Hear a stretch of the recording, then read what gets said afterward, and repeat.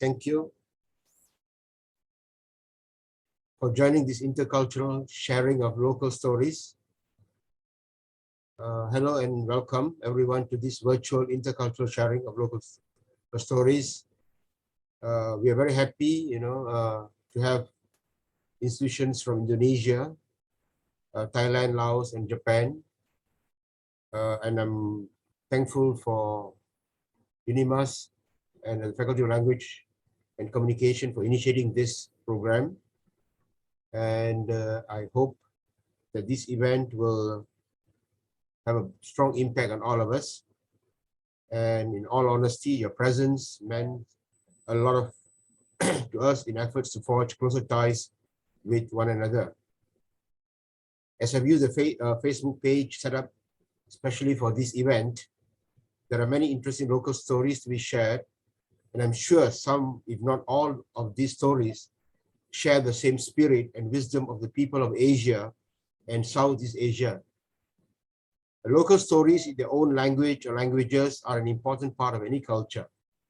Stories have a very strong impact, and they not only contain cultural wisdom, advice, taboos, and practices, but also provide insights into communities, identity, life, beliefs, and activities that reflect their heritage. And this heritage will also, show our own identity, and it is very important for communication among people. And many times, most local stories tend to remain within the confines of the community, either through a lack of platform for promotion or the use of shared regional global language.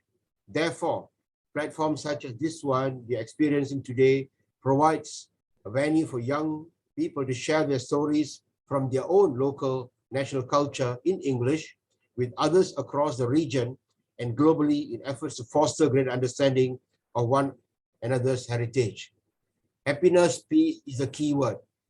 And countries from Indonesia, like Indonesia, Thailand, Laos, Japan, Malaysia, getting together is a great opportunity, for further inspiration to share your own culture with one another through stories to promote your own heritage. Once again, thank you everyone for making this event happen. And this will not be the last event. For information, there will also be a global classroom series, #1, the next week on the 30th of November, with this winning video project. Although it is confined to 100 people, information about this is available on Facebook, and I'm sure the students will elaborate on this later. Thank you. I can see Bunyarit and Joanne from Atmajaya, Panmalia, Dr. Joseph, thank you very much. Students of UNIMAS, thank you very much. To all the students from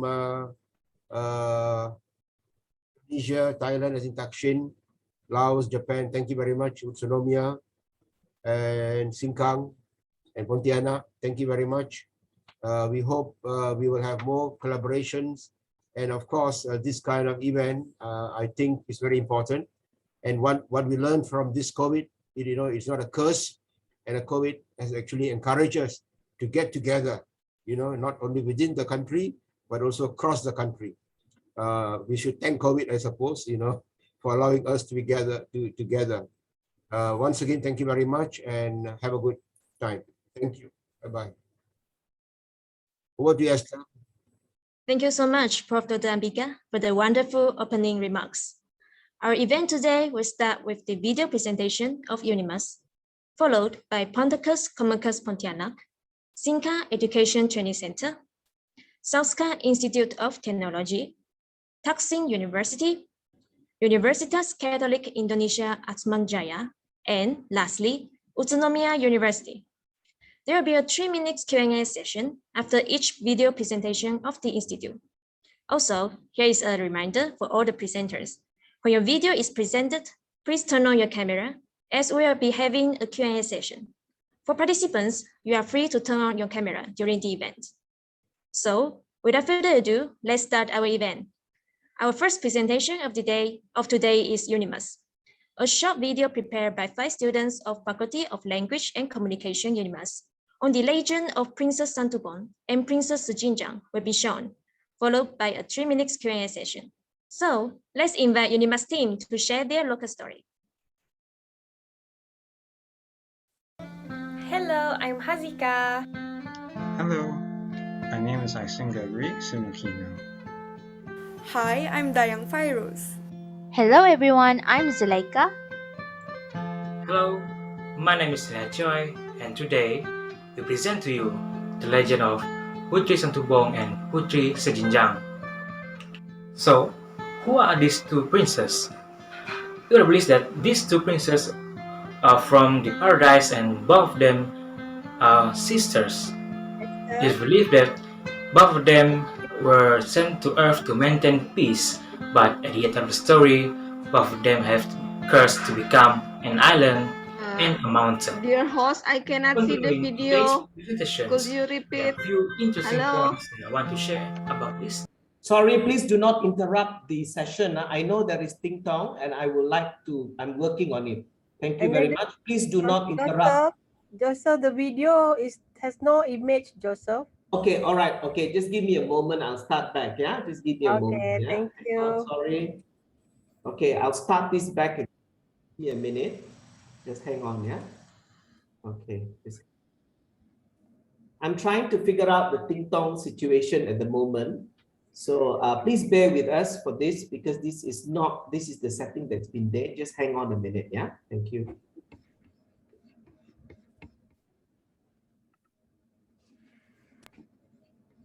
Are you able to see the image? Story. Yes. Yes. Okay. I'll start. Yes, we can. Okay. Hello, I'm Hazika. Hello, my name is Aisingari Sunukino. Hi, I'm Dayang Fairuz. Hello everyone, I'm Zuleika. Hello, my name is Joy, and today we present to you the legend of Putri Santubo and Putri Sejinjang. So, who are these two princes? It is believed that these two princes are from the paradise and both of them are sisters.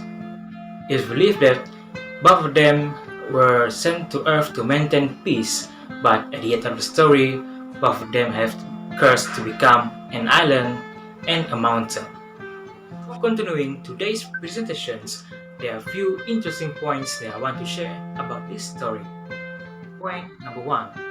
Mount Satubong were located in Kuching, Sarawak. It is a popular hiking spot for tourists and locals alike. Point number 2. This is the most famous and well-known version of this story about the legend. And last but not least, there actually are songs dedicated about these legends called Putri Santubo. You can find it on YouTube. Just search it. Once upon a time, there were two princesses sent from the celestial kingdom by the king of heaven. They were sent down to help bring peace between the two feuding villages on earth. Putri Santubo is sent to Kampung Pasir Putih. She is gifted and skilled in sewing and weaving fine clothes. Princess Sejinjang is sent to Kampung Pasir Putih. She is very skilled in the paddy fields, thus helping the villagers to successfully harvest the paddy and produce rice. With their beauty, charms, and talents, they successfully stopped the fight between the two villagers that no one was able to stop for a very long time. When Kampung Pasir Putih and Kampung Pasir Kuning achieved peace, the two villages became famous and attracted many tourists, especially because of the beautiful textile and the amazing paddy production. Now, when Putera Serapi came to visit these two places, he fell in love with Putri Santubo. Because of this, Putri Sejinjang became extremely jealous because she also liked Putera Serapi. Because of this, Putri Santubong and Putri Sejinjang are always in a bad state. They kept on fighting and arguing, but one day, the argument got very violent.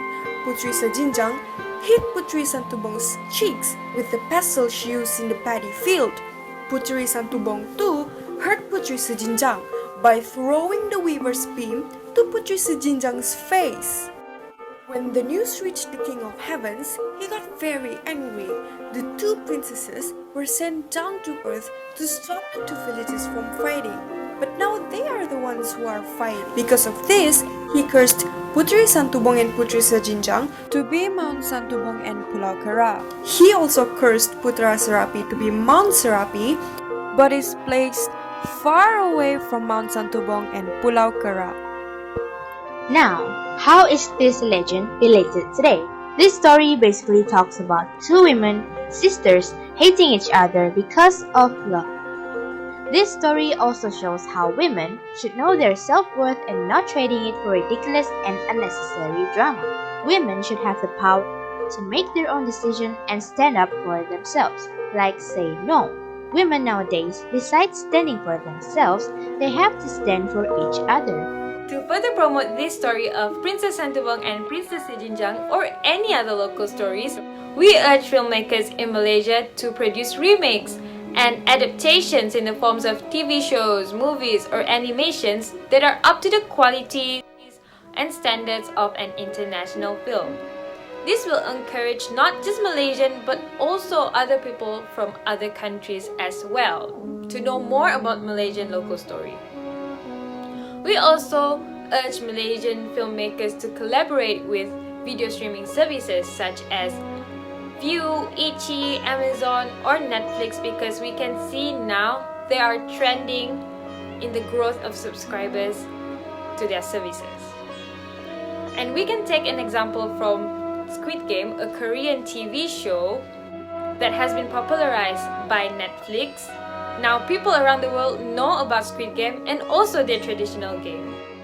So, what is its impact on university students? Number one, love is not everything. So, us university students, we're young, we're looking for love, we're looking for that special someone who can give us everything we want, that boyfriend or girlfriend. But we need to remember that we can't lose ourselves over them. We can't forget who we are as a person, just looking for love. Number two, we need to remember our priorities. So, why did we come to university in the first place? It was for our education, right? So we need to prioritize that. We need to prioritize ourselves and build ourselves up first before we go and looking for love. And third, looks are not everything. So we should stop comparing ourselves with everyone that we see. We need to remember that we're all beautiful and we're all unique in our own way.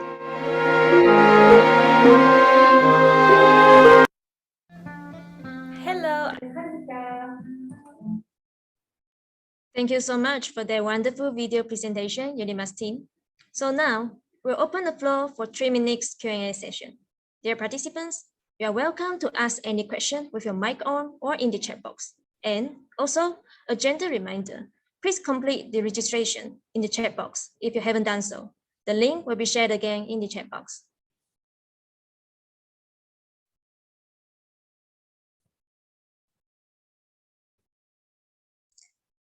Excuse me? Yeah. Can I ask the question? Yes, sure. Yeah. I heard two things that mentioned in the legend, rice and textile. Do rice and textile still becoming the important thing in that area? Yeah, I'm curious about this. Okay. Anyone from Unimas would like to answer this question? Are you asking that what's the importance of this story for now? Is it correct? I'm asking about the rice and textile still being the main product in that area from the legend. In our opinion, for the textiles and all the stuff, it is still something that we really appreciate from our culture, from our traditional culture and heritage, because we still commercialize these products, especially to tourists. Not just that, there are so many business, especially from the indigenous group. They make scrunchies and also clothing based on this motifs, traditional motifs, and it is still important now, and people are getting more into it more than the years before. Is it Thank you very answering a much. question? Yeah. So thank you. Thank you for the question too. We still have 1 minute for the Q&A. Anyone would like to ask one last question? Can I ask you a question? Yeah, sure. Does this story have been passed to each other or is stayed in the literature's book? Sorry, can you hear me? Yeah, sure. Can you please repeat your question again? Does this story have been passed to each other or stayed in the book? Okay. Anyone from Unimas would like to answer this question? Can I answer this question? Yeah, sure. Okay. Generally for us Sarawakians who lives in Kuching and around that area, this story is generally told by mouth. So from friends, for example, and from grandma and grandpa. So we don't really have a book for it, but the main way of us telling this story is through mouth, as like bedtime story, for example. Yeah, like that.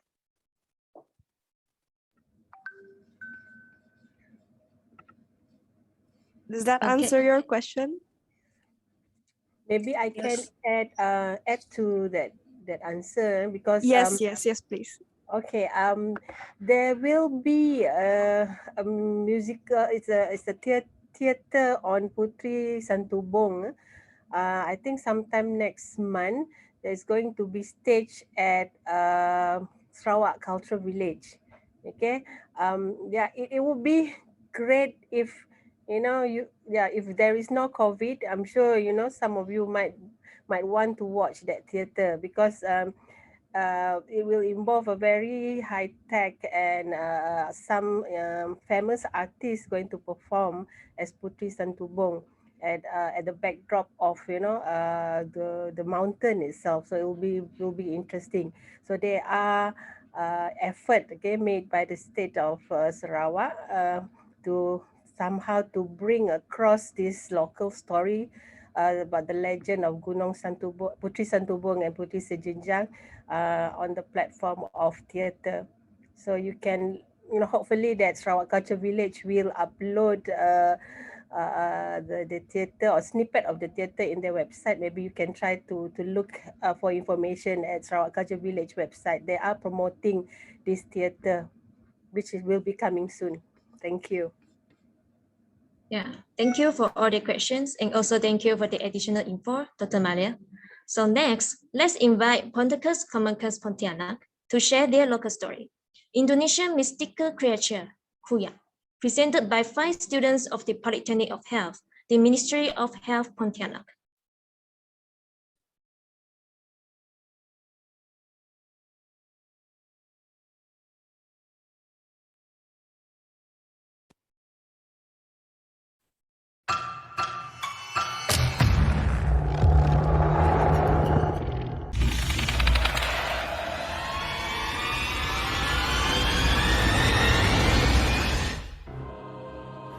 Kuyang, the dreadful creature from Kalimantan. Do you know? In our country, Indonesia. Apologies, as we have a few technical issues at the moment. Okay, Apologies. you can't see it still, is it? Okay, let me try. Yes. Okay, hang on a minute. Yeah, thank you for letting me know. I need to know because I can see from my point. Okay, I'll try this again, yeah? Just hang on a minute. Sometimes the picture takes time to develop. All right, just hang on. Okay, let me try this again.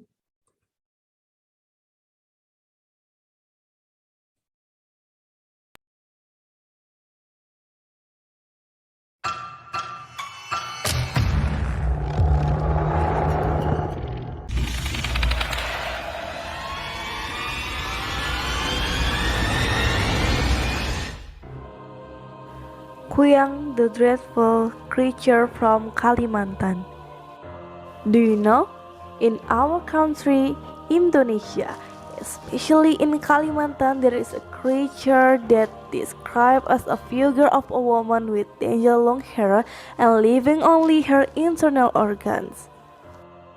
Kuyang is the name of a legendary creature on the island of Kalimantan, usually in the form of a woman.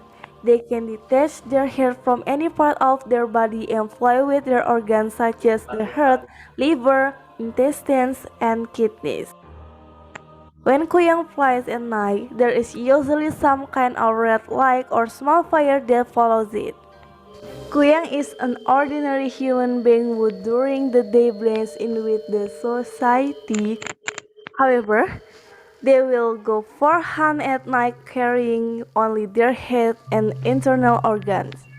Kuyang has a canine teeth on the left and right of their mouth. Usually, Kuyang look for a victim at night and to trick the victim. At any time, Kuyang can turn into a bird or a cat. Kuyang used to come to a woman who was heavily pregnant and rubbed her belly. Kuyang come from a living human who can turn into a blood-sucking creature. Cute. It is said that the legend of Kuyang was a woman who was the mistress of a man who was very rich. Once she won her husband to only love and abide her. So she went to a shaman to ask for black magic to make her wish come true. The most important requirement is to eat baby's placenta. The woman did the ritual that the shaman ordered.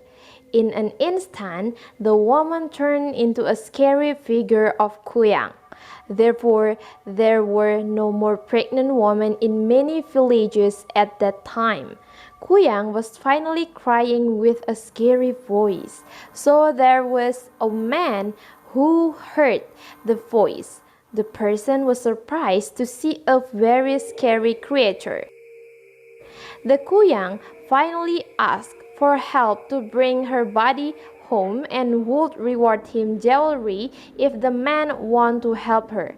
Finally, the man helped Kuyang to go home. The characteristic of humans who becomes Kuyang. First, black or red circle marks around the neck because of black magic that they have. Even though they look like a human in the daytime, their body naturally behaves strangely when they meet babies. Babies who are said to be more sensitive than adults will feel normally and cry. Kuyang has things to fear. Society believes that burning nails, using porcupine feathers, broomsticks, and sticking garlic and onion into needles can repel this figure. When they hear the recitation of the Holy Quran during the day, they will automatically feel anxious. This is the result of their relationship with demons and other evil spirits. Social media was surprised by a person who called Kuyang. This information was shared by the Twitter account at Vika_cha. There are two photos that he uploaded. Both are very scary. These pictures are taken in 2019 in Samarinda, East Kalimantan. In the first photo, it can be seen that at first the Kuyang was on a tree close to a resident house. According to some information, Kuyang is often seen above houses because he is waiting for victims that she is ready to kill. Then, in the second photo, people managed to catch Kuyang and it was clear how the creature looked. Her internal organ just fell apart and her long hair was unkempt. The post caught the attention of netizens. Until this news was public, almost 14,000 netizens liked the upload and almost 10,000 netizens reshared it. Impact to us as a college student are, first, in the terms of religion, by believing that spirits like Kuyang exist. We, college students, as human beings, have a soul that is closer to Allah subhanahu wa ta'ala as our God, our creator, and we must always be kept away from the temptation of Satan. Kuyang is only a creature and has a different dimension from us, so that we as a human who has a higher grade from Kuyang as a creature should not be afraid of it. We have our God as our protector. Second, in this social era, the impact given is to make the community in the area invite all society to participate to get rid of Kuyang in the area.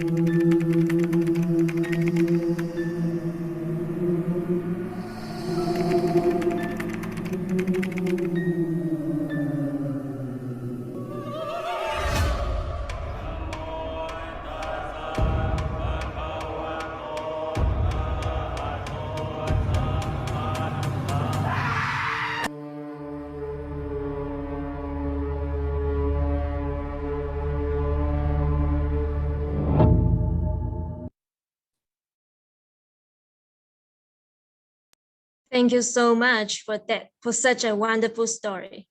Now we'll have a 3-minute Q&A session regarding the local stories shared by these wonderful students. Dear participants, you are welcome to ask any question with your mic on or in the chat box.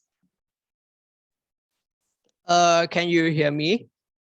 Yes, loud and clear. I have got some question. I wonder if normal people can do harm to a Kuyang. It's because in my country we have a Kuyang in a different name. Normal people can do anything to it, but except for exorcists. I see. Anyone from Fakultas Pontianak would like to answer this question?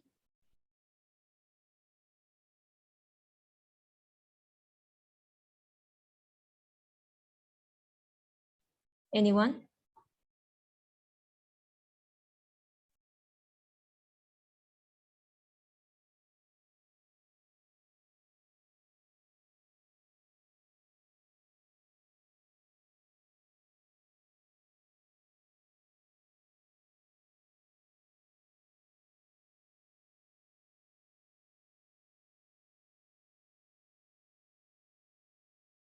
Okay, thank you for the question. May I answer the questions? Yeah, sure.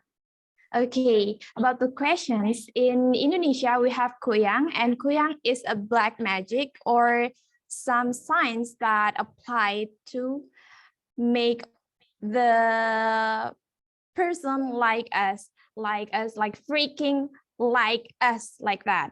And if in Indonesia, the story, in Indonesia, the story is Kuyang could be Rukiah. Everyone know Rukiah, right? Like we can recite Al-Quran and the Kuyang can be gone, like that. But in the other country, Kuyang can be Rukiah, like that. So in Indonesia, it's a little bit different because Kuyang can be gone because of Al-Quran or anything else, like that. Okay, thank you so much for answering that question. Such an insightful knowledge for all of us. So our next presentation of today will be Singka Education Training Center, also well known as Kampong Inggris Singkawan. 5 students from this institute will present to us one mystical story from Bali, Lake, the half monster and human, haunts and eats human organs from the living and the dead. Without further ado, let's invite Singka Education and Training Center from Singkawan, West Kalimantan, Indonesia, to present their story.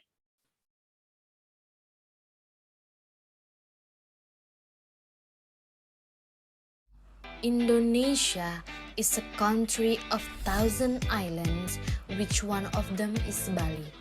The small island that is considered to be one of the most beautiful and famous islands of Indonesia, that successfully steal the world's attention with its uniqueness and its beauty. But who would have thought that this beautiful island hides one of the most horrible creatures on earth?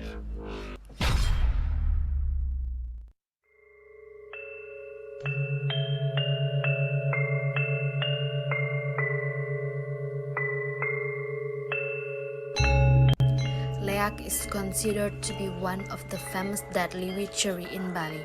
It is described as having a scary shape with big eyes, canine teeth, with a big tall stature, and hairy with long sticking out tongue. According to stories around the Balinese, Leak is an incarnate being who studies black magic, and to strengthen their knowledge, they must find a sacrifice. Usually, Leak likes to look for human organs to be used as ingredients. People often meet him around the cemetery because not only the organs from the living, Leak also targets the organ from the corpse. Except the human's organ, Leak also haunts a pregnant woman so that it can suck the baby's blood from the womb.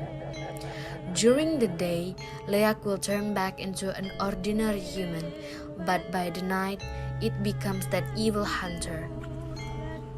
Leak also has many manifestations which can change into a dog, rangda, celulu, and even monkeys. The story of Leak is also associated with the legend of Calon Arang, a powerful woman who lived during the reign of King Airlangga of the Daha Kingdom, Kediri, East Java. It is said that Calon Arang had a beautiful child named Ratna Manggali, but no one dared to marry her daughter because of her black magic that can turn her into Leak. Calon Arang studied black magic to avenge her husband's death, who was killed by black magic users. Knowing that no one proposed to his daughter, Calon Arang was furious. At night, she spread her students who can turn into Leak. They spread a deadly plague that was difficult to cure and could kill anyone. Seeing this, King Airlangga finally asked Empu Bahula to marry Calon Arang's daughter. With this marriage, the king hoped that Calon Arang can be directed little by little to the right path. But this did not happen. Instead, Calon Arang found that her black magic book was stolen. Because of that, Calon Arang was furious and challenged Empu Baradah to a fight. The battle caused the defeat of Calon Arang, but the black magic she had didn't die with her. It remains on earth and it can be learned until now. The ritual of learning into Leak is believed to still exist until today. They learn how to be Leak, to have physical immunity, and can do whatever they want. Barbara Loveridge, an Australian researcher who researched Leak, said that Balinese magic is distinguished by its levels and types according to the power and knowledge of the owner. According to her, there are two paths of knowledge in Bali: Pengiwa, left path or black magic, and Penengen, right path or the white magic. This Leak battle sometimes occur in the middle of the night. Cemetery often becomes their battlefield. Therefore, in Bali, if you see animals or something with an unnatural appearance gather at night around cemetery or at a crossroads, do not believe that they are real figures. Probably they are part of Leak. Quoting from the Bali Tribune, a community member named Made Artadi claimed to have seen two red and yellow fireballs flying and clashing in the air on the Padanggala beach, Sanur.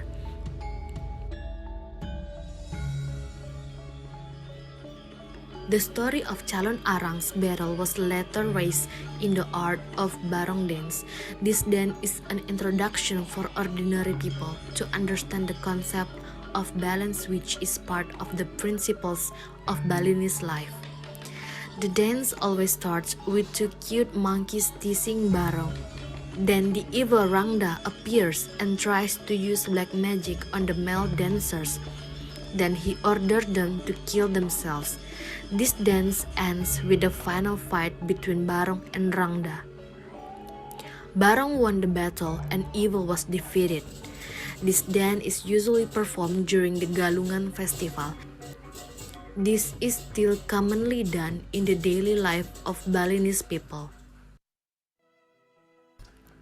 Therefore, if you are not native to Bali, it is necessary for you to understand that being careful in thinking, speaking, and acting is very important. During the night time and you pass through the cemetery, do not forget to ask permission. On every ground you stand, and especially on this God's island, do not occasionally mean evil or ignorant, because you will never know anyone around you who has knowledge like this leak. Leak can be disastrous for everyone who hurts someone who has this black magic. Today, young generation seems to be ignorant and careless about their ancestral traditions. New trends like TikTok, YouTube, Instagram, or else sometimes make them act stupid and forget their manners. In this video, the story about Leak can be their reminder to always be well behaved. Moreover, black magic like Leak still exists today. Nowadays, in terms of promoting, advertising, or even selling, social media is at the top of any other methods. We believe showing the world about Leak through social media or even a movie will be the best way to share this knowledge. Knowing one or even more our local stories can help us to understand more about our country. There are a lot of value that we can learn from the stories. Especially in the stories, we can learn from Calon Arang that revenge will give us nothing. From King Erlangga, we can learn that a responsible leader will bring peace to his people. And finally, from Empu Bahula and Empu Barada, we can learn that good will always triumph over evil.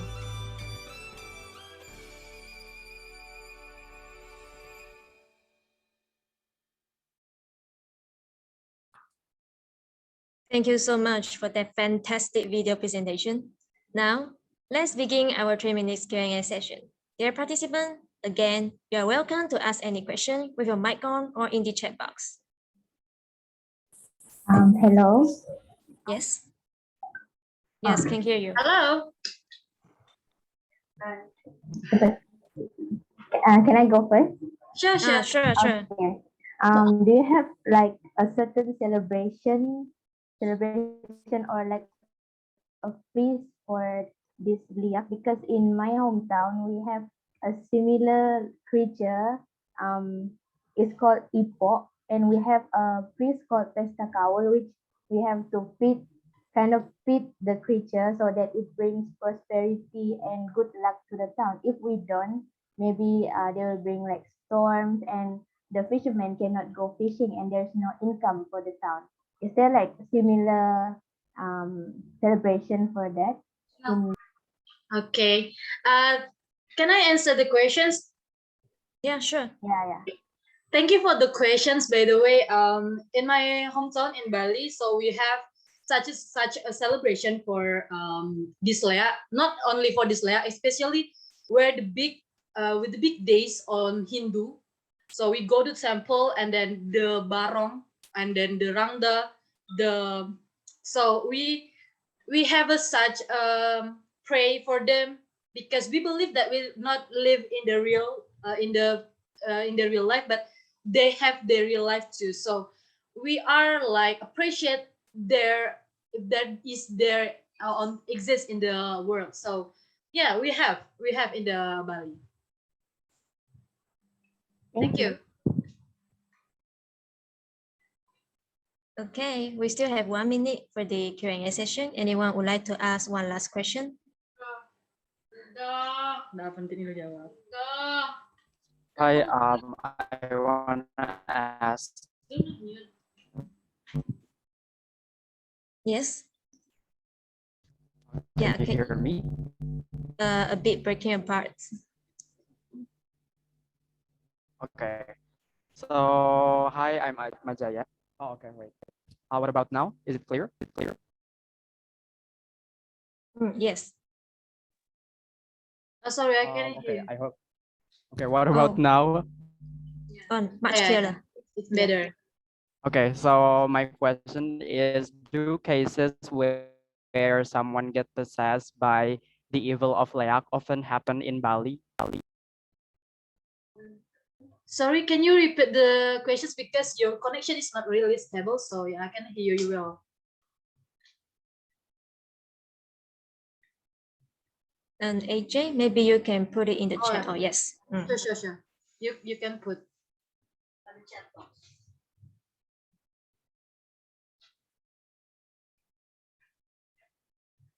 You cases where someone get possessed by evil.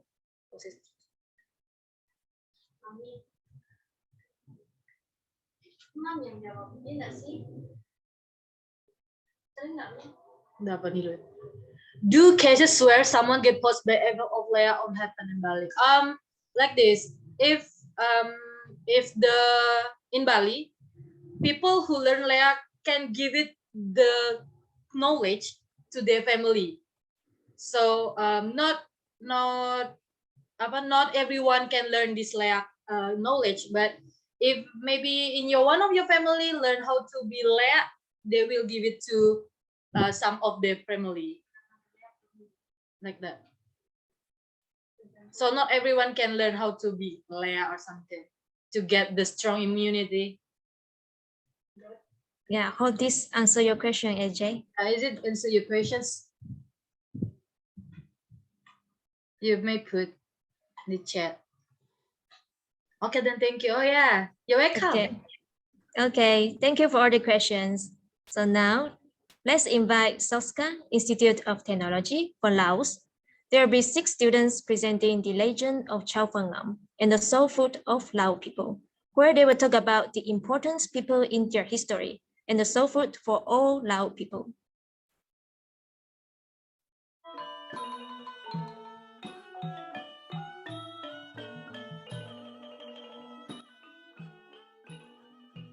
Countries in Southeast Asia have similar lifestyle, culture, and also food. Food from these countries are based from same origin. Sticky rice and badek or fermented fish are common in some parts of Southeast Asia, but for us, Lao people, badek and sticky rice is an ultimate food.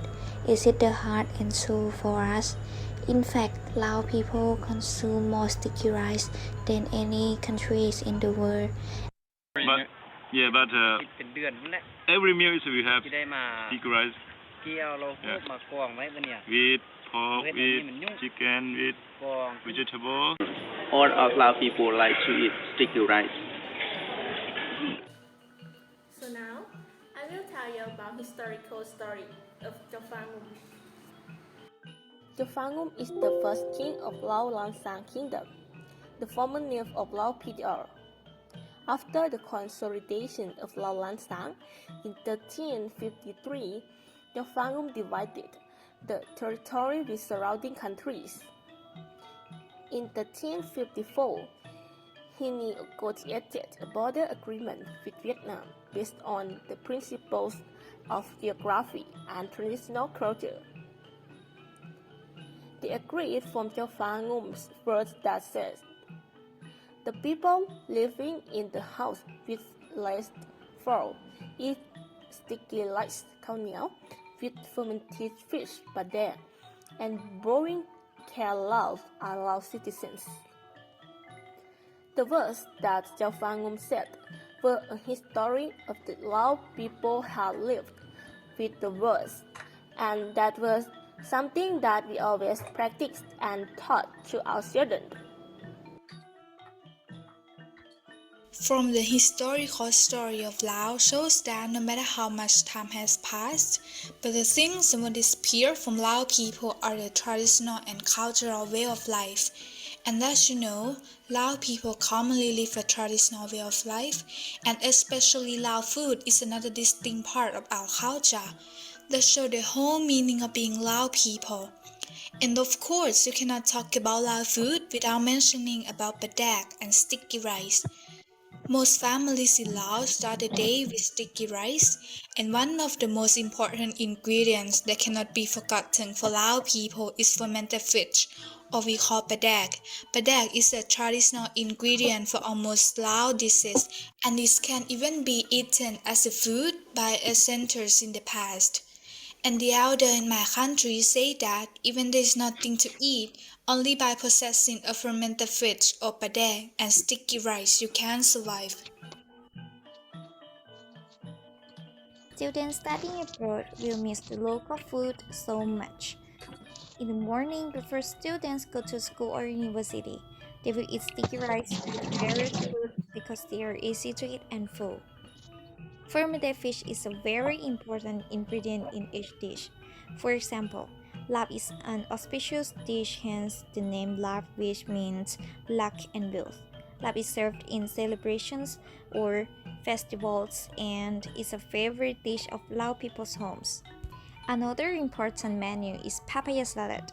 Papaya salad is a traditional dish in Laos. It has a strong flavor, and the intensity of fermented fish gives it a unique flavor. Papaya salad has been around for a long time as a food that many people love and eat regularly. Children or adults can eat it as well. For example, when students finish school, they like to invite their friends to eat papaya salad because it's easy to find, delicious, and they like to eat many people. They mostly share the cost of meals and is a menu that will create memories for many people in their student life. That's why they miss their hometown food with their heart. As we say in the first part, Pazofangum is very impressions to Lao locally.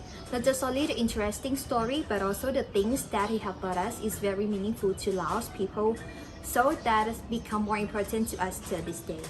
Sticky rice and padaks are common foods of Lao, which itself ingredients have impact on many dishes and are different in taste.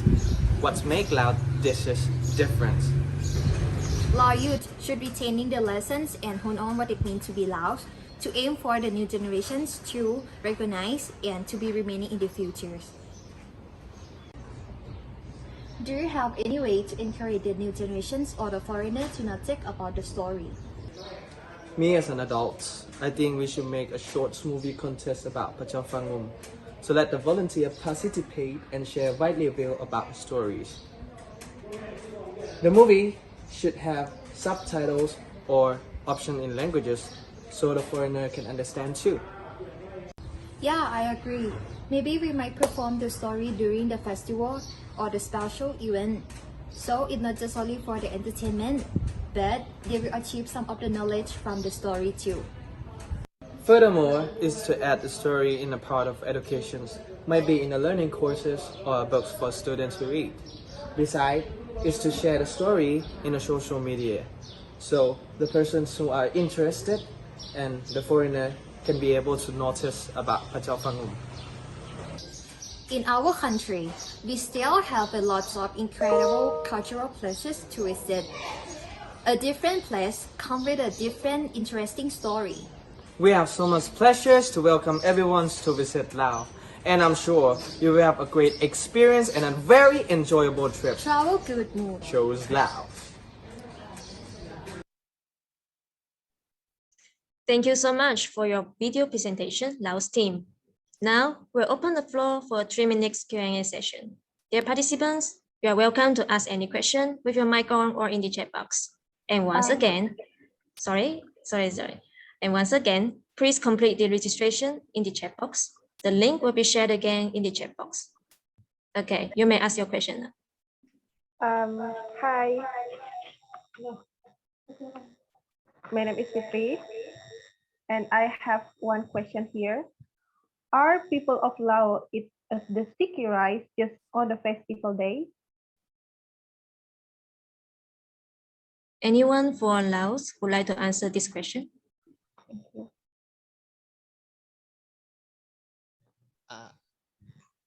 I'm so sorry. Can you repeat the questions again?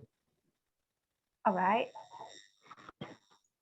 Are people of Laos eat the sticky rice just on the festival day?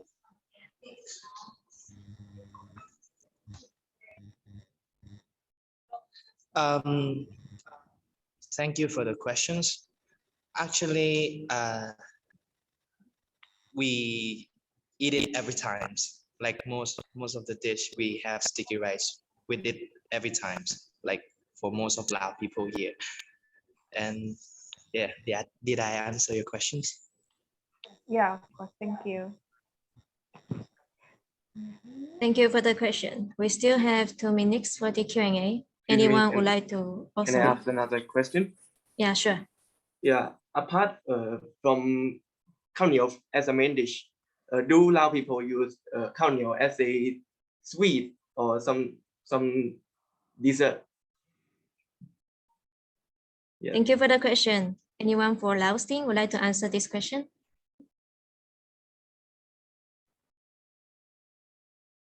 Yes, can I answer this question? Yeah, sure. Thank you. For this question, the khao niao or sticky like can be make many of dessert.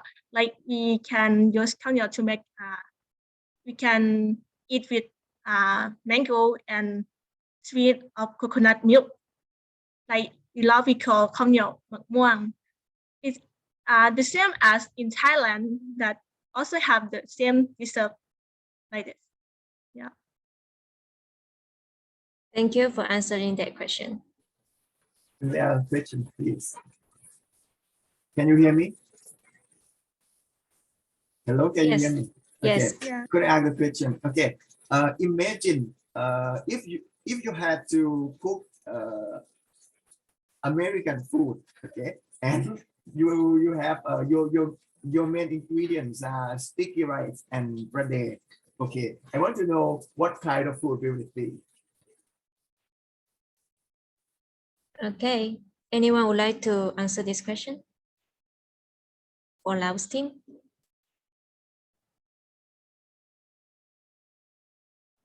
Yeah, I can answer this question. We can use padek and khao niao to that. We have steak in American food, like we grill the beef, yeah, or chicken that we can use padek to make it in ingredient with the chicken grill, and you can eat khao niao with grilled chicken with padek. It's very delicious. We also make it in Lao too. Yeah, and like a hamburger, right? It's like look like a hamburger, right? With sticky rice, and chicken. no, it's the whole that chicken that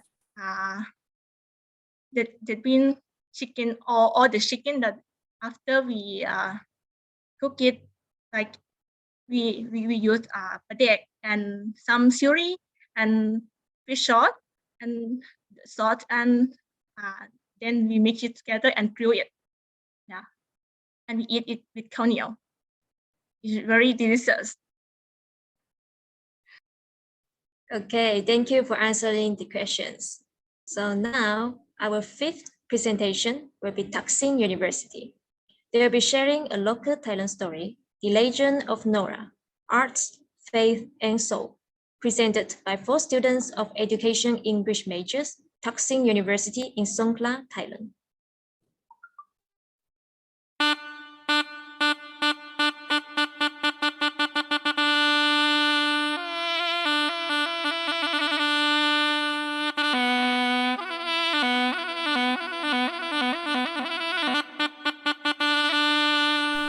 Tamnan Nora, The Legend of Nora.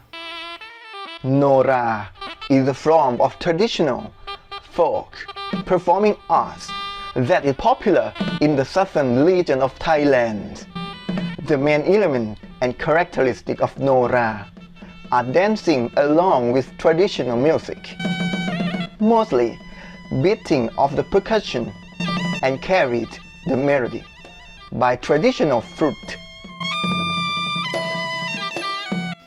Long time ago, there was Prince named Papaya Salad was the ruler of Patalung and his consort Nang Simala.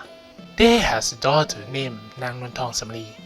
One night, Nuantong Samli dreamed about angel dancing in front of her with 12 choreography movements along with the music.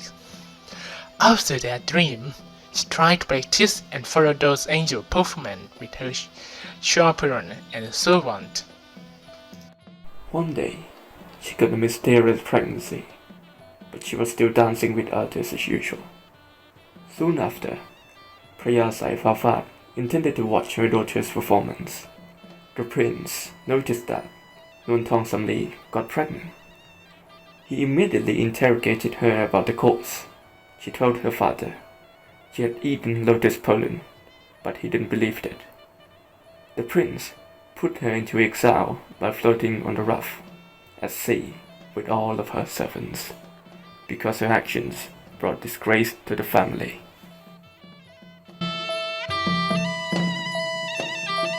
The raft was stuck in the island named Got Krachang. She decided to settle on the island. Soon after, she gave birth to a son, known as Little Prince. She raised and taught him the choreography as time went on.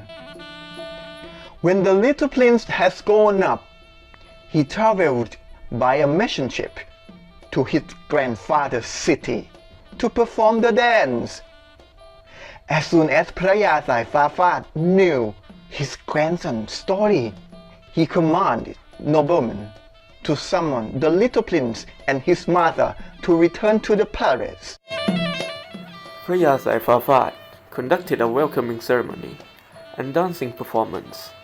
He granted his grandson a noble regalia, consisting of crown called third, bracelets, decorated belt, 2 oblique, ornamental chains, hang hong, and sanap plau, along with the noble title Kun Si Satta. Since the first performance of Kun Si Satta, 12 movements of choreography have later been called Nora as we know today. How is the selected story relevant to any issues today? Nowadays, there are lots of misunderstanding within families because of the internet and social media. It requires members of families to talk to each other. As we mentioned to the family in the story, we did not talk to find the truth about pregnancy, but they talk with anger. Thus, we need to create culture of one family by talking or discussing our problems with an open mind, truth and understanding. Nang Nuantong Samli was deported by her father. According to the myth, she continued practicing her dance to no matter if it was the palace or not, and passed it to her son. Yes, this is a great example of someone who never give up on issue. The story could also teach today's younger generation lack of patterns or ambition. How the cultural knowledge from this story can be further promoted?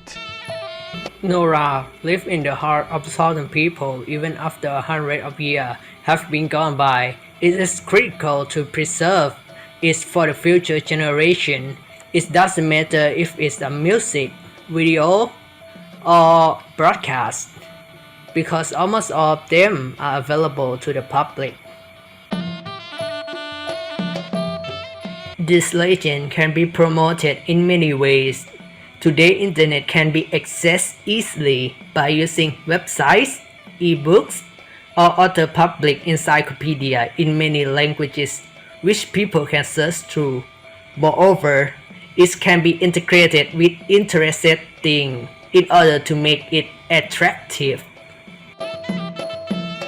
What are the impacts of the selected story to you as a university student? Determination in the stories makes the main characters overcome the obstacle. Their lives are not bed of roses, but with the determination, they can gain success. So we, as university students, we should set up our goals and try to reach it with our ability as good as we can. Another important thing is passion. We can learn that passion will help us to achieve our goal if we keep doing it with love, as Don Tong Sam Lee and Little Prince did. We hope you enjoyed the stories in our videos. Thank you very much for watching.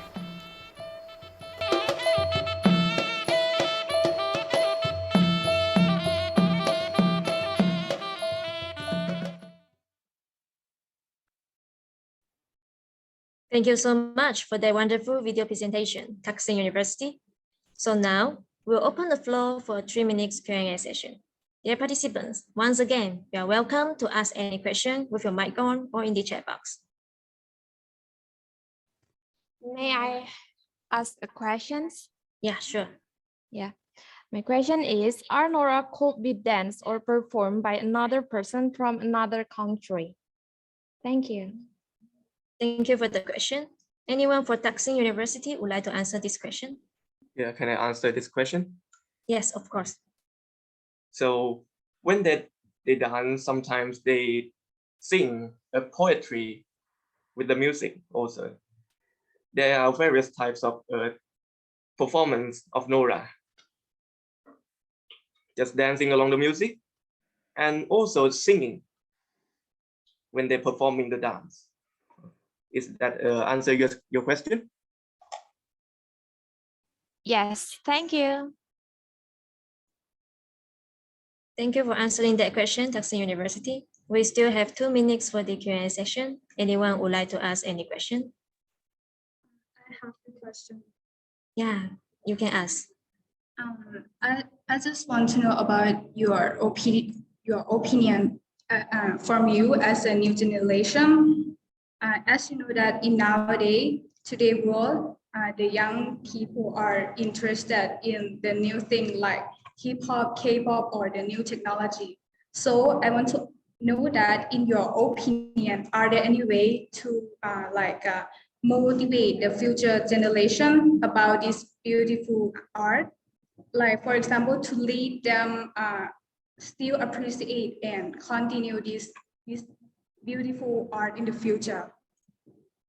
Thank you for the question. Anyone for Taksin University would like to answer this question?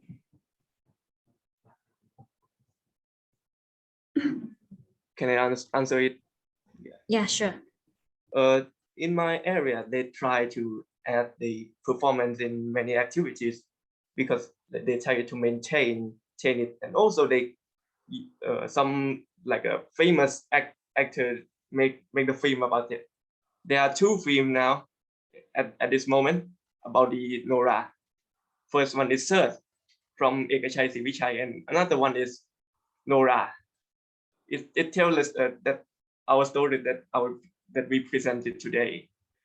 So apart from that, like a government agencies, they try to preserve the performance by using their beautiful step of dancing by included in many arts, in architecture, also sculpture. Is that answer your question? Yeah, thank you. Thank you for all the questions. Okay, So next, I have a question. oh, sorry. Okay, let's okay, have this Nola, question as the last question. Okay. Yeah, Nola is very beautiful culture in southern Thailand. So I would like to ask all of you, have you ever tried to practice dancing Nora? Do you think it's very difficult? Can you recommend other people? Such an interesting question. Taksin University, would you like to answer this question? Let me explain first. The Nora is kind of like a sacred, so they some kind of the dancer should be passing from generation to generation with some ceremony that the third is over on the top of the heads, like something like a little coronation. So it's normal people cannot practice it because it can be disrespectful. So they're like a higher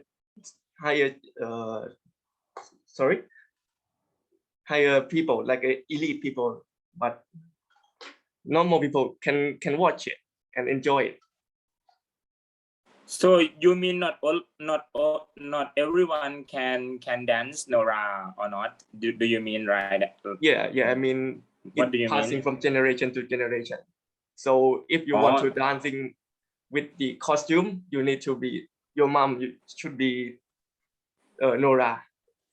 And for example, I am interested in Nora and I want to dance with Ajahn Thamanik. Can I? Yes. But you need to crop crew. Okay. But we need to crop crew first, right? Yes.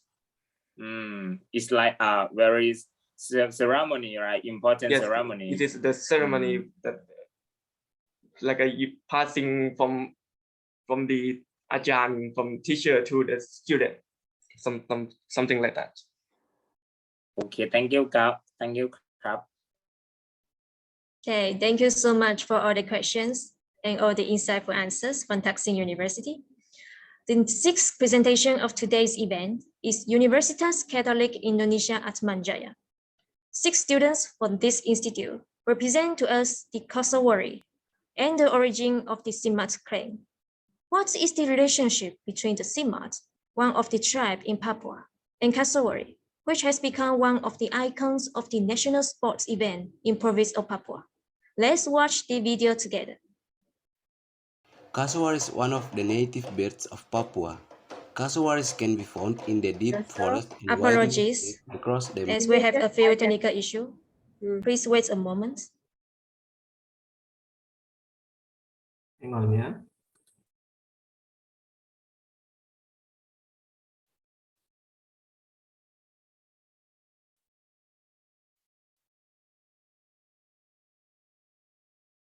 Kasuari is one of the native birds of Papua.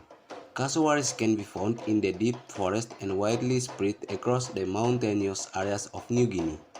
New Guinea is another name for the islands of Papua. The name New Guinea was given by a Spanish sailor named Inigo Ortiz de Reis in 1545. He named the region New Guinea because the people there were similar to the African people on the Guinean coast.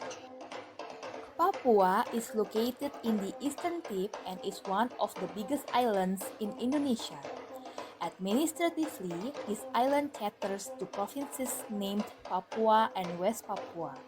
Having its capital in Manokwari, West Papua Province is situated in the western part of Papua Island and occupies the bird's head-shaped area of the Papua Peninsula. Kasuari, as an endemic species of the area, symbolizes perseverance, commitment, and independence. This bird has become a mascot of great events in Papua, such as national sport and national Paralympic sport events conducted recently. Given this uniqueness, we, the students of Atmajaya Catholic University of Indonesia, would like to present you a Papuan folklore about Kasuari in its relation to the origin of Simat tribe, one of many tribes in Papua. Once upon a time, along the coastline of Skak River, lived Kais, Mainau, and Tigori people. They lived in platform houses 1 meter above the ground, and underneath the platforms were used as animals' pets. One day, when a married couple was having a physical relationship, the husband's semen accidentally fell under the house platform on top of a koba-koba fruit. At the same time, a female Kasuari passed by and ate the fruit. Not long after, the Kasuari laid an egg and hatched a little boy. Scared, the Kasuari brought the boy into the woods and raised him into a grown man. After he grew up, the young man helped his Kasuari mother to gather food by climbing fruit trees. One day, when the young man was climbing a guava tree, three sisters who were carrying tango, which is a device to catch fish and shrimps, passed by. They were surprised to see human and Kasuari footprints, so they stopped to look where those footprints came from. They finally saw the young man who was climbing the tree, while the Kasuari mother was watching them in her hideaway. The three sisters agreed that if the young man fell into one of their tango, whoever has the tango should marry the young man. Each of them opened their tangos and asked the young man to jump. The young man jumped into the youngest sister tango. They brought the man and the Kasuari mother to their village. The young man and the youngest sister got married and lived together in their house, while the Kasuari mother slept under the house platform with a white bed. They lived together and happily. The young man was then given the name Rawi. Rawi really loved his Kasuari mother. When Rawi was stroking his Kasuari mother's fur, a lot of sap stuck to Rawi's body, and the sap accidentally fell into his wife's eyes. Rawi's wife became seriously ill, and the next day, Rawi's wife's family came and went mad to Rawi. The Kasuari and Rawi felt sad. Then they moved to another place. 4 years after Rawi and his wife couldn't have a baby, the Kasuari felt so sad.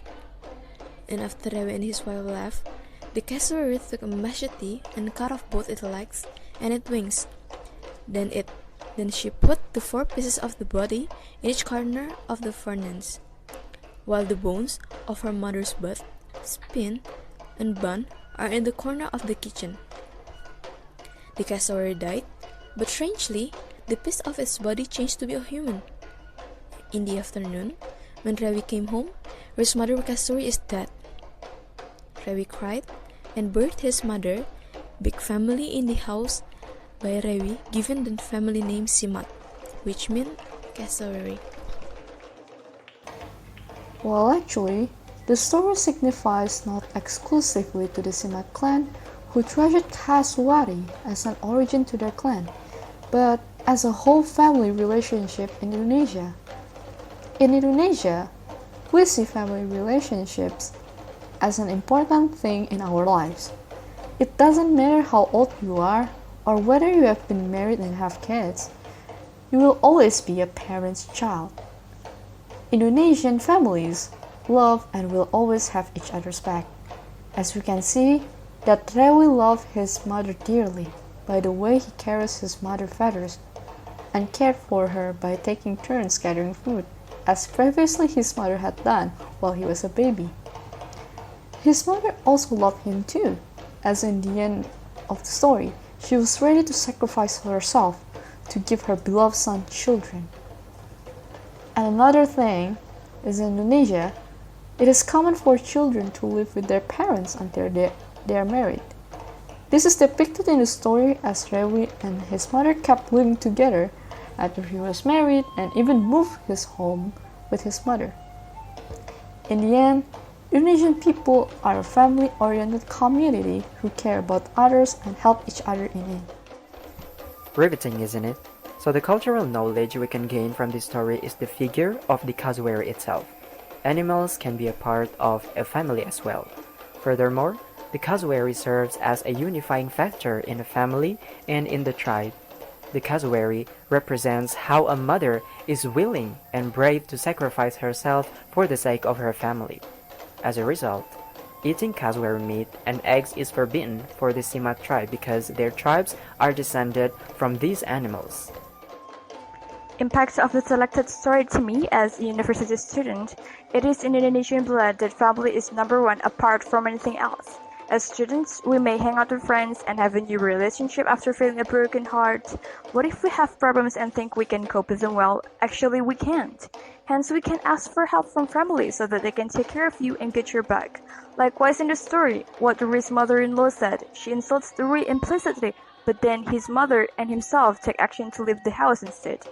After getting married, he has new family members, yet he gets into trouble like I mentioned before.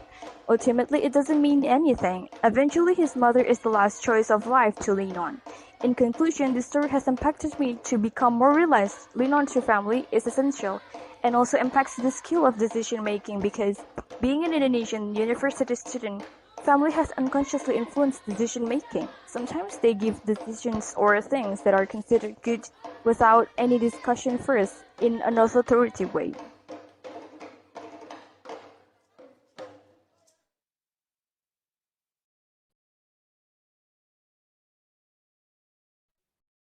Thank you so much for the enlightening video presentation. Just a gentle reminder to all the viewers from all the institutions, please complete the registration in the chat box if you haven't done so. The link will be shared again in the chat box. So now, let's have our 3 minutes Q&A session. Dear participant, again, you are welcome to ask any question with your mic on or in the chat box. Hello, can I ask? Yes, sure. About the house is very interesting because it's very similar to my country. I'm from Laos. And I want to ask that, are there still have that kind of house in your country right now? Thank you for the question. Anyone from Universitas Katolik Indonesia Ahmad Jaya would like to answer this question? Hi, yes. Can you hear me now? Yes, but a little bit echoing. What about now? Sorry. Okay, we can hear you loud and clear. Okay, so I just want to clarify the question is like whether this animal still exists in Indonesia, right?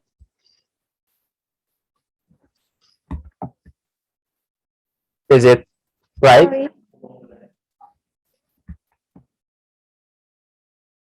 Elisa, could you please repeat your question to AJ? I can hear him. Oh, okay. So the answer is that yes, this animal, the Kasuari itself, still exists in Indonesia. In fact, we still have. You're asking about the house, right? Yeah, I'm asking about the house. Yes. I think yes. The house still exists in Indonesia in the part of the western Papua, on the western of Papua itself, and other than that, we have a lot of traditional houses in Papua, for example, Hanoi, and also actually every tribe in Western Papua has its own traditional houses in different forms. And maybe just to add more insight, actually here we have a native Papua in our group. So maybe apakah kamu bisa menjelaskan lebih lanjut mengenai apakah ada rumah adat tersebut masih ada di sini? And I'm going to translate that. Oke. Boleh. Oke, silahkan Ino. Jadi untuk rumah adat tersebut itu ada di daerah Kepala Burung di Papua Barat.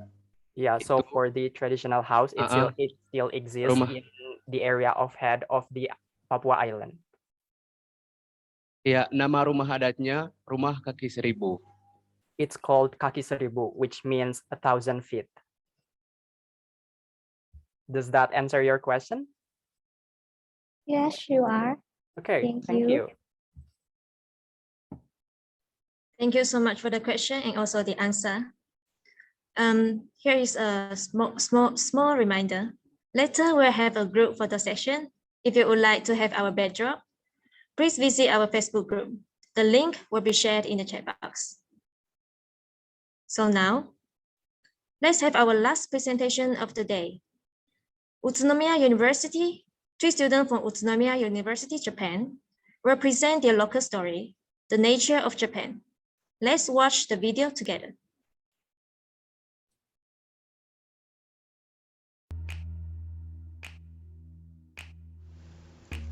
Hello. We are from Utsunomiya University. Apologies, as we have a few technical issues at the moment. Please be patient and give our technician some time.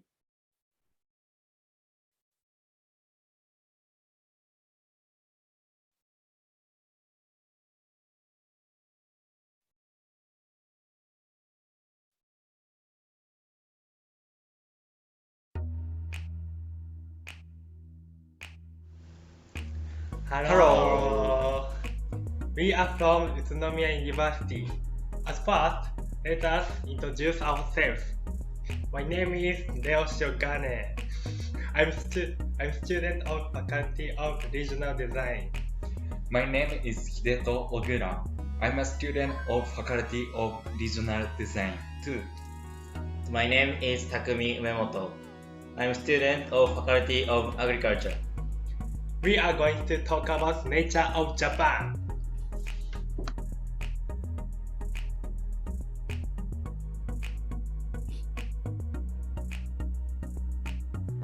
Firstly, I talk why did we choose this topic. Actually, we went to UNIMAS and Malaysia in international exchange program of our university 3 years ago. And we noticed the difference of nature between Japan and Malaysia. So we thought we wanna talk this topic in this chance.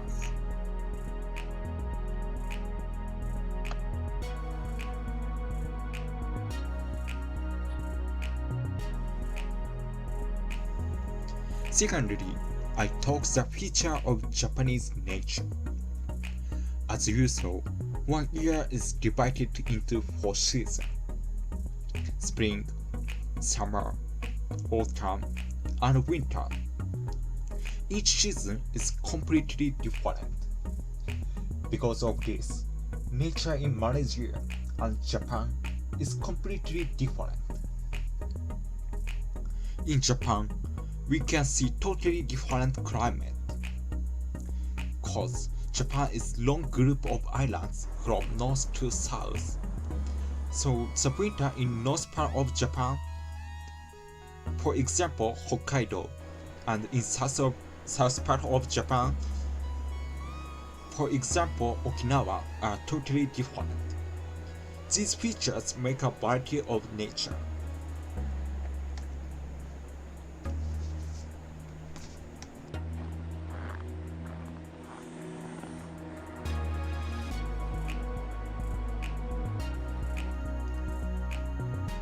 Finally, I'm going to talk about spring and life in spring. Cause spring is our favorite season. The symbol of spring for the Japanese is sakura. Have you ever heard sakura?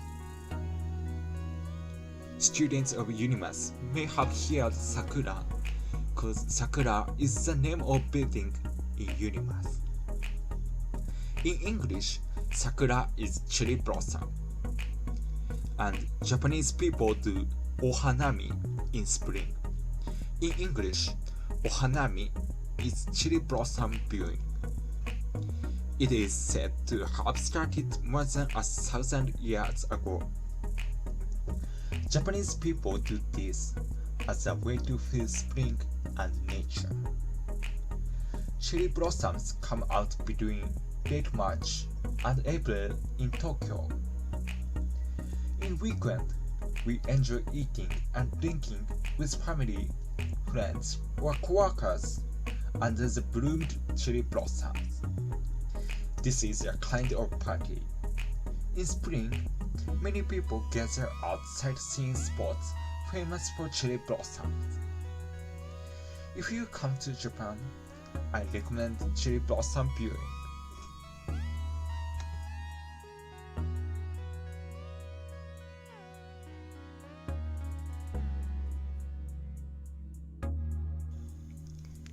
In Japanese mentality, this short period includes bloom, and the beauty of these cherry blossoms are often metaphorically compared to human life.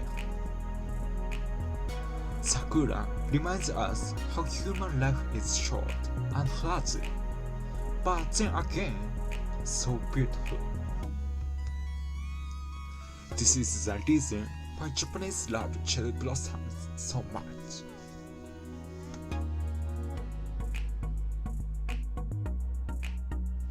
Thank you for listening, and thank you so much for giving us a chance to talk. Bye bye. Bye. Thank you so much for the wonderful presentation, Japan team. Now we'll open the floor for Q&A.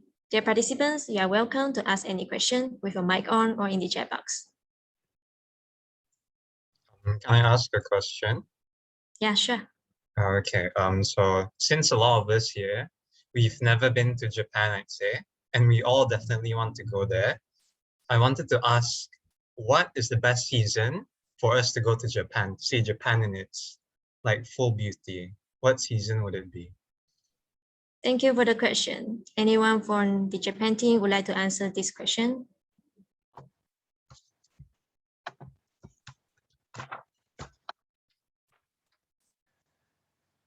May I answer this question? Yeah, sure. In my opinion, the spring is the best season for sightseeing because, yeah, the temperature is so good for sightseeing, and I'm not recommend in summer because summer is so hot and the temperature is like Southeast Asia, so it's too humid to go sightseeing. So yeah, my recommend is spring. Okay, thank you for answering that question. We still have 2 minutes. Anyone would like to ask any more question? Hello, may I ask a question? Yeah, sure. Okay, so about the season there, I know like there's like some sort of like festival or like sightseeing in every season. So there's like sightseeing of sakura tree and maybe summer festival in summer. So is there any like even related to like the nature and season like in winter or autumn maybe? Yeah. Is that clear enough? Sorry, can you repeat your question again? Okay. Is there like any event related to the season in winter and autumn? Okay, thank you for the question. Anyone for the Japan team would like to answer this question?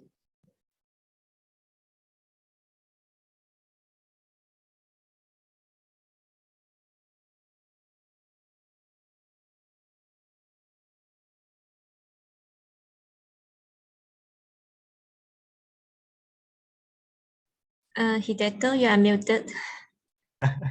Absolutely.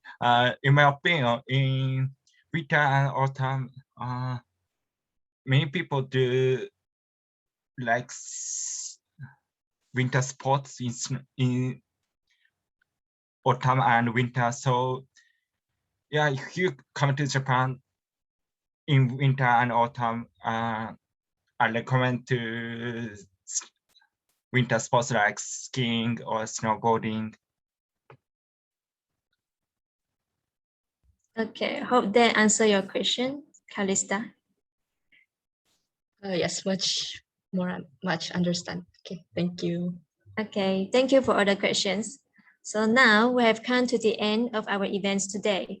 I hope today's sharing has opened your eyes and has given you insights of how different cultures are reflected through their local stories.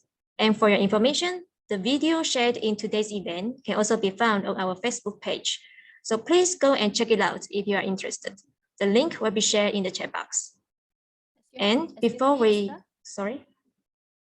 There's a question in the chat box. Can I tell what it is? Oh, sure. First question is from Dayang Fairuz. What is your favorite season and why?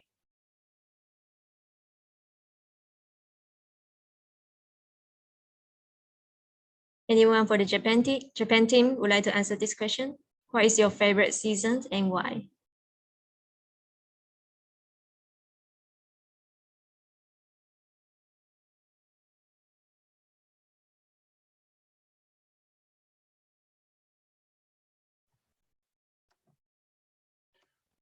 Yeah, my favorite season is autumn because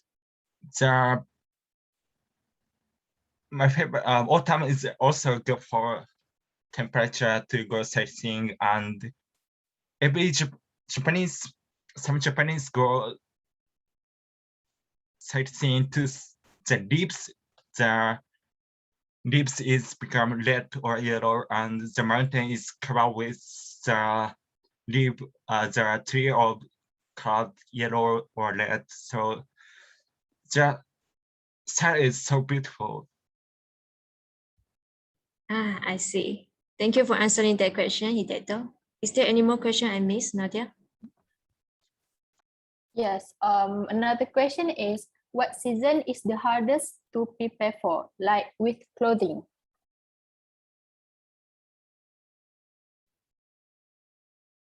Anyone for the Japan team would like to answer that question? Is it Hideto then? I would like to hear some voice on the other two boys. Two boys, yeah, handsome boys.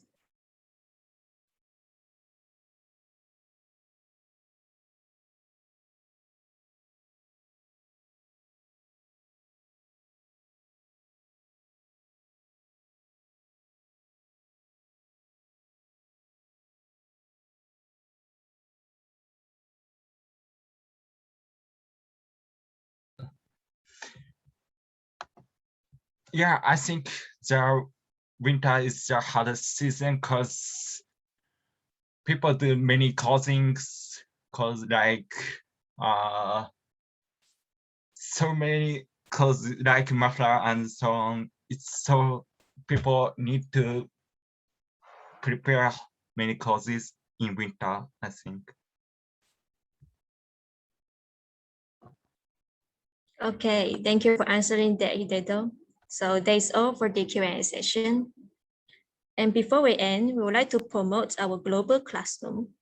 Here is our poster. And if you would like to join this session, please scan the QR code.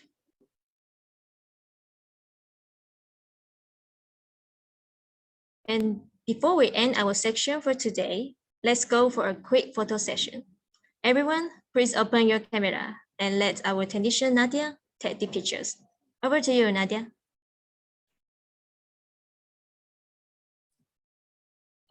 Okay, hello, I'm Nadia. Thank you, Esther, by the way. I would like to take the pictures for the photo session. I need everyone to open camera and I will take about 2 or 3 pictures for each page. So ready when you are ready.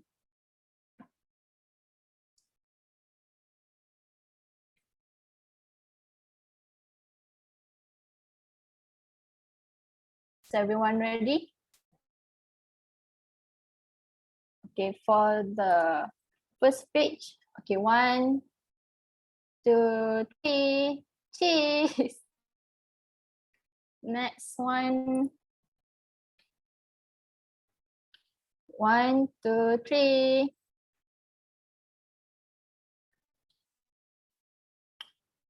The third page. 1, 2, 3.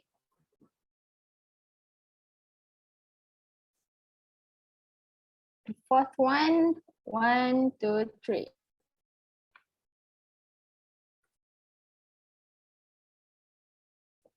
Fifth. 1, 2, 3.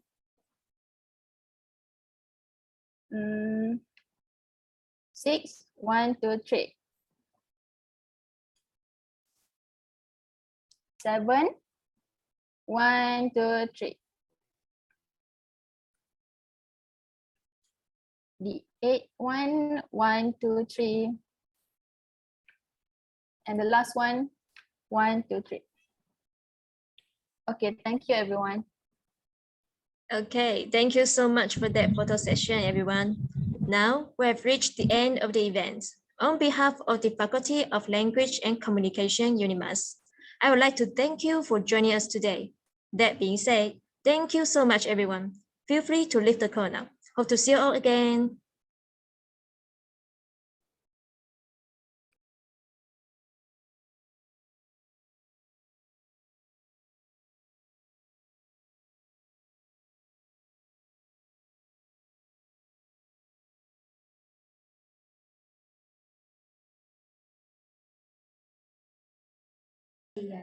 Thank you. Anak-anak. Thank you, Be. Thank you so much. Thank you, everyone.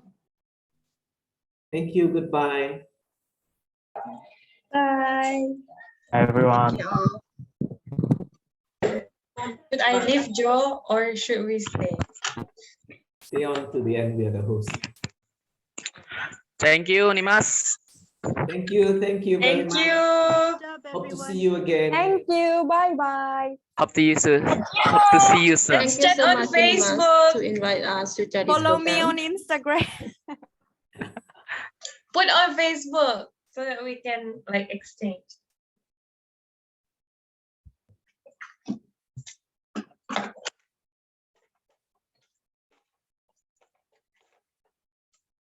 Wow. Okay, Rania.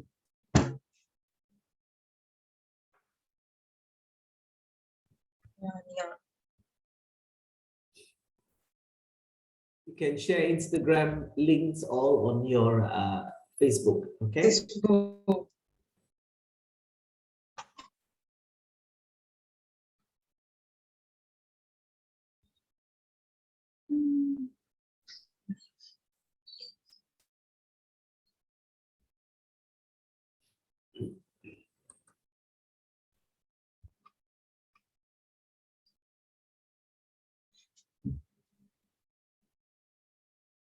Goodbye to Laos as well, and Atmajaya.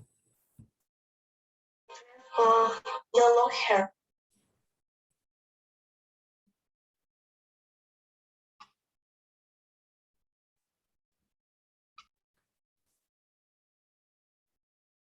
Thank you, Bunyarit.